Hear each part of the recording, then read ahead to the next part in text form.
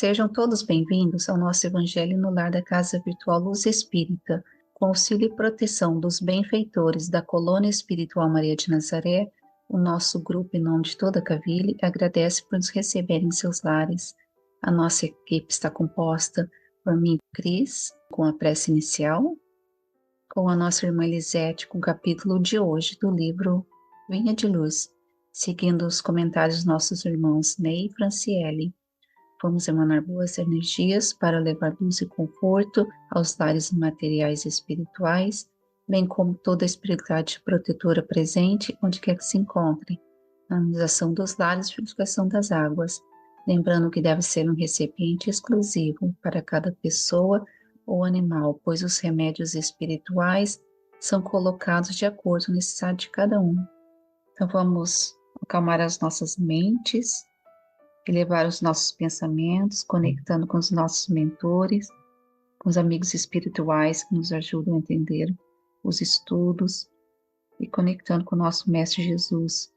Rogamos entendimento do que for estudado hoje, possamos ampliar nossas mentes para receber os ensinamentos para colocar em prática no nosso dia a dia, nosso pensamento e nossas ações. Que a luz desse Evangelho possa envolver a todos, todo o nosso planeta, trazendo paz e harmonia, acalmando os nossos corações, que possamos, então, com serenidade, iniciar os nossos estudos de hoje. Que assim seja. Vamos à leitura de mais um capítulo do livro Vinha de Luz, psicografado por Francisco Cândido Xavier de Emmanuel. O capítulo é o 104, Nos Mesmos Pratos. E ele, respondendo, disse: O que mete comigo a mão no prato, esse me há de trair. Mateus, capítulo 26, versículo 23. Toda a ocorrência na missão de Jesus reveste-se de profunda expressão simbólica. Dificilmente o ataque de estranhos poderia provocar o calvário doloroso. Os juízes do Sinédrio, pessoalmente, não se achavam habilitados a movimentar o sinistro assunto, nem os acusadores gratuitos do mestre poderiam, por si mesmos, efetuar o processo infamante. Reclamava-se alguém que fraquejasse e traísse a si mesmo. A ingratidão não é planta de campo contrário.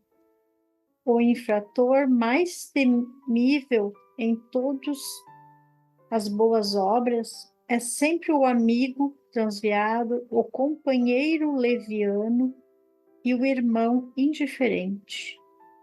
Não obstante, o respeito que devemos a Judas redimido, convém recordar a lição em favor do serviço de vigilância, não somente para os discípulos em aprendizado, a fim de que não fracassem, como também para os discípulos em testemunho, para que exemplifiquem com o Senhor, compreendendo, agindo e perdoando. Nas linhas do trabalho cristão, não é demais aguardar grandes lutas e grandes provas, considerando-se, porém, que as maiores angústias não procederão de círculos adversos, mas justamente da esfera mais íntima, quanto à inquietação e à revolta, a levianidade e a imprevidência penetram o coração daqueles que mais amamos.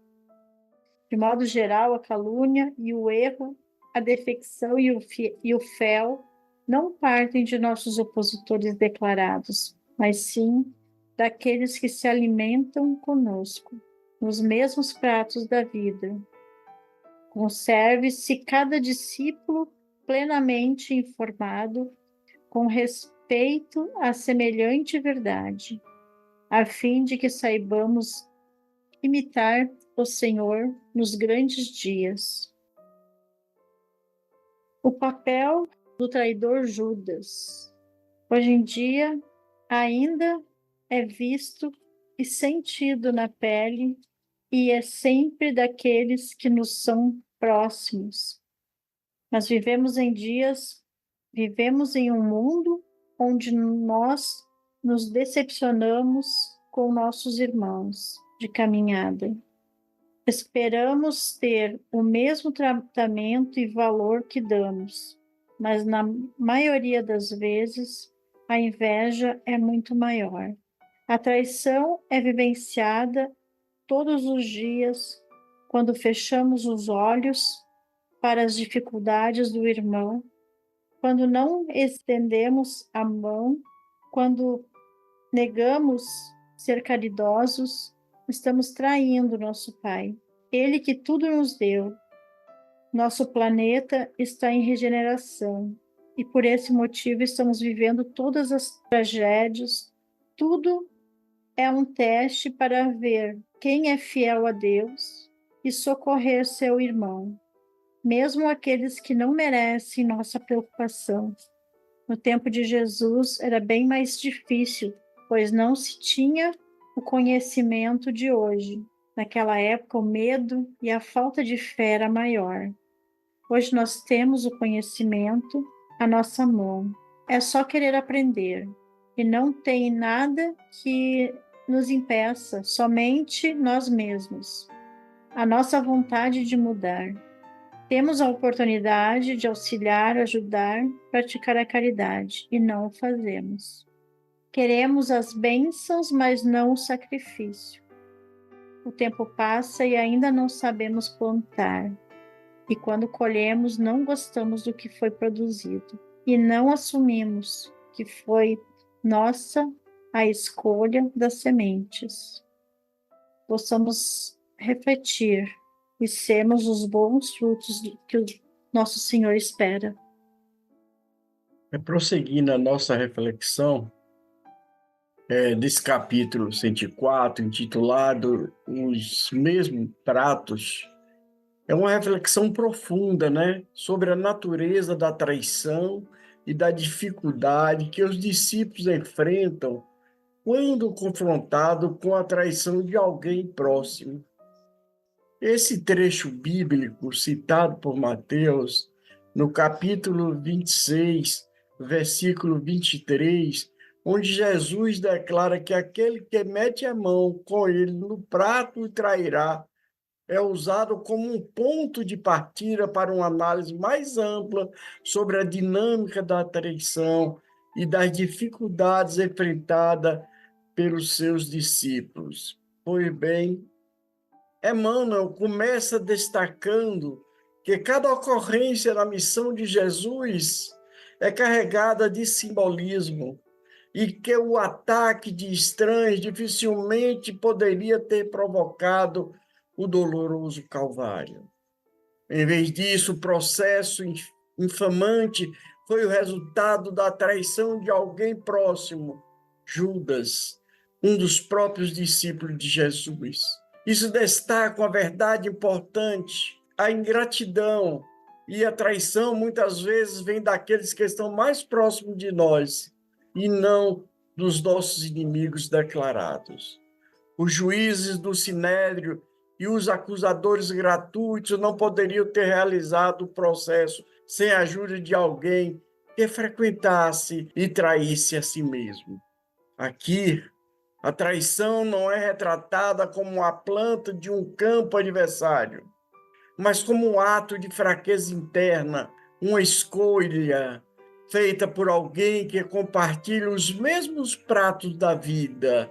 Essa imagem dos mesmos pratos simboliza a intimidade e aproximação compartilhada entre os discípulos e aqueles que os traem. Pois bem, também devemos ressaltar que, embora devamos ter respeito por Judas redimido, é importante aprender uma lição de vigilância e discernimento. A traição muitas vezes vem daqueles que consideramos amigos, companheiros, irmãos, e não devemos ignorar os sinais da inquietação, da revolta, levianidade, imprevidência que pode indicar uma possível traição. Ao examinarmos o serviço de vigilância e discernimento, Emmanuel destaca a importância de não apenas os discípulos em aprendizado, mas também os discípulos em testemunho, que exemplificam o comportamento de Jesus ao compreender, agir e perdoar. Esta é uma chamada à maturidade espiritual e à responsabilidade dentro da comunidade dos cristãos. O capítulo conclui com uma observação de que a calúnia, o erro, as defecção e o fel não surge apenas dos opositores declarados, mas também daqueles que compartilham os mesmos pratos da vida. Essa frase encapsula a ideia central do capítulo, que é a traição muitas vezes vem daqueles que estão mais próximos de nós. Portanto, meus irmãos, é essencial que cada discípulo esteja plenamente informado sobre essa verdade, para que possamos imitar o Senhor nos momentos dos grandes desafios. Em síntese, o capítulo 104 oferece uma profunda reflexão sobre a natureza da traição e a importância da vigilância, o discernimento e o perdão dentro da comunidade dos cristãos. Ele nos lembra que a traição muitas vezes vem daqueles que estão mais próximos de nós e nos encoraja a seguir o exemplo de Jesus ao enfrentar as adversidades da vida. Gratidão.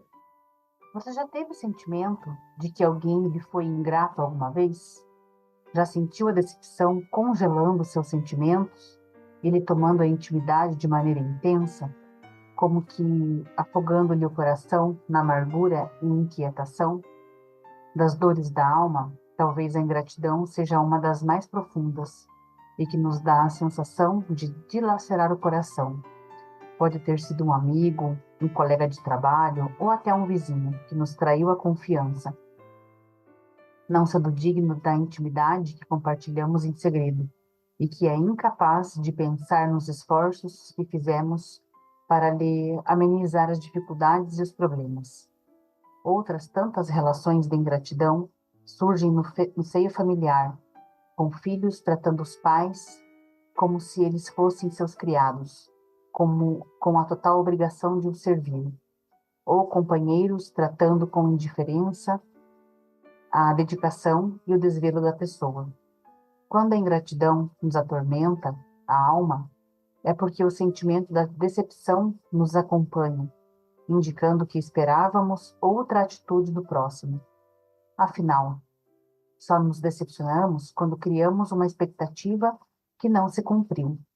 E quando a decepção vinha da ingratidão, nos toma de imprevisto. Não é raro pensarmos que não valeu a pena fazer e agir no bem. Magoados pela decepção, muitos de nós nos atormentamos, inclusive juramos de que nunca mais ajudaremos e alegamos ainda que seremos mais felizes, não nos incomodando com mais ninguém. Fazer o bem nunca pode ser considerado um erro. Jamais alguém que esteja pensando no bem do próximo pode estar errado, desde que agindo desinteressadamente. Se o outro é incapaz de reconhecer nossos esforços, se lhe faltam valores morais para entender a bondade alheia, para que a sua limitação não seja a fonte do nosso desestímulo. Só agimos assim porque no egoísmo em que mergulhamos, ficamos impedidos de perceber a bondade no coração do outro e ainda iludidos na nossa limitação, de que o mundo está para nos servir. Imaginar que seremos mais felizes, não fazendo o bem porque não nos decepcionaríamos, é se iludir na felicidade do egoísta, de quem se fecha em si mesmo, a fim de não correr o risco da decepção. A providência divina permite esses embates, apenas nos faz experimentar o amargor das decepções, para testar nossa perseverança no bem. Afim, o bem deve se bastar por si mesmo, sendo desnecessário vir acompanhado pelo reconhecimento, louvores e dádivas. No exercício do bem, jamais deixemos que o não reconhecimento no próximo seja motivo para abandonar os propósitos de fazer o bem. Ao perceber que os que hoje semeiam ingratidão ainda precisam percorrer longas estradas na vida, a fim de amadurecer suas relações para com todos à sua volta, desperta em nós um sentimento de compaixão por eles, que substitui a decepção, nos dando ânimo e coragem para continuar no esforço necessário de crescimento pessoal. Gratidão. É muito difícil quando somos traídos por alguém na nossa família ou por um amigo. Sabemos que não é fácil perdoar. É uma mensagem de Emmanuel em Esperança e Vida, no capítulo 18, Perdoar os Amigos. Veja que Emmanuel traz em relação a perdoar um amigo. Do adversário é possível venham ofensas que nos impõem a prática da tolerância, considerando-se que os inimigos, em muitas ocasiões, são nossos credores e que nos ensina a raciocinar e a discernir. Dos amigos, porém, temos as lições constantes da convivência na escola do cotidiano. São os testes da comunhão afetiva que nos oferecem oportunidades à conquista do entendimento e do amor. Quantas vezes nos melindramos com tão poucas palavras, né, com mensagens, comentários que recebemos no dia a dia. Então, que possamos ter a tolerância e a compreensão e, ao mesmo tempo, refletir se não estamos agindo da mesma maneira como outras pessoas. Então, que possamos colocar em prática aquilo que nos ensina o Evangelho, a praticar a caridade e fazer o nosso melhor. Com os entendimentos tão bem explanados por nossos irmãos, vamos interiorizar o que nos foi apresentado, refletir intimamente por alguns instantes.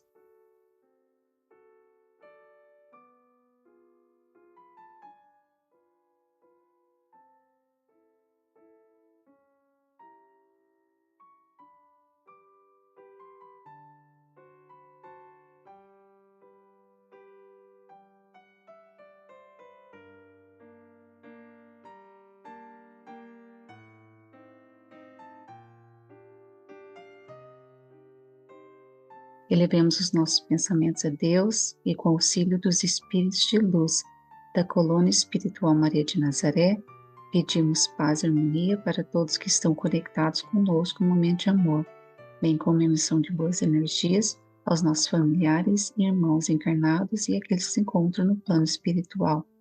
Por fim, pedimos ao Senhor Jesus e aos guias espirituais, principalmente aos integrantes das correntes médicas do espaço, que coloquem nossas águas os fluidos astrais, vitais e espirituais a que cada um necessita para curar todas as enfermidades físicas, emocionais e espirituais, proporcionando saúde, vitalidade, equilíbrio e forças nos trabalhos do bem. Sendo assim, solicitamos ao nosso irmão Ney para conduzir a prece final. Vamos nos acalmando, respirando profundamente, abrindo nossos corações e as nossas mentes em gratidão. Divino Pai Celestial, ao término desta tarefa, o Evangelho no lar, erguemos nossos corações em gratidão por cada lição, cada momento de reflexão, cada inspiração que recebemos. E as verdades eternas aqui compartilhadas sejam gravadas em nossos corações, orientando nossas vidas diárias. Que esse momento de comunhão familiar fortaleça nossos laços de amor e união, inspirando-nos a viver em harmonia com os ensinamentos do Cristo. Conceda-nos a sabedoria para aplicar essas lições em nossas vidas cotidianas, para que possamos ser verdadeiros discípulos do amor e da compaixão. Que a presença do Espírito Santo permeie em todos os lares, trazendo a paz, conforto e proteção a todos que aqui habitam nesse planeta. E que cada família seja amparada pela singeleza do Evangelho do nosso Senhor Jesus Cristo. E que nossas palavras e ações reflitam a luz do Evangelho, iluminando o caminho daqueles que te cercam. Ao encerrar esse momento sagrado, pedimos a sua bênção sobre nossas famílias e sobre todos os lares que buscam viver de acordo com sua vontade. Que o amor e a graça do Senhor nos acompanhe em todos os momentos, fortalecendo-nos em nossa jornada espiritual. Que assim seja, em nome do Pai, do Filho e do Espírito Santo. Amém e gratidão.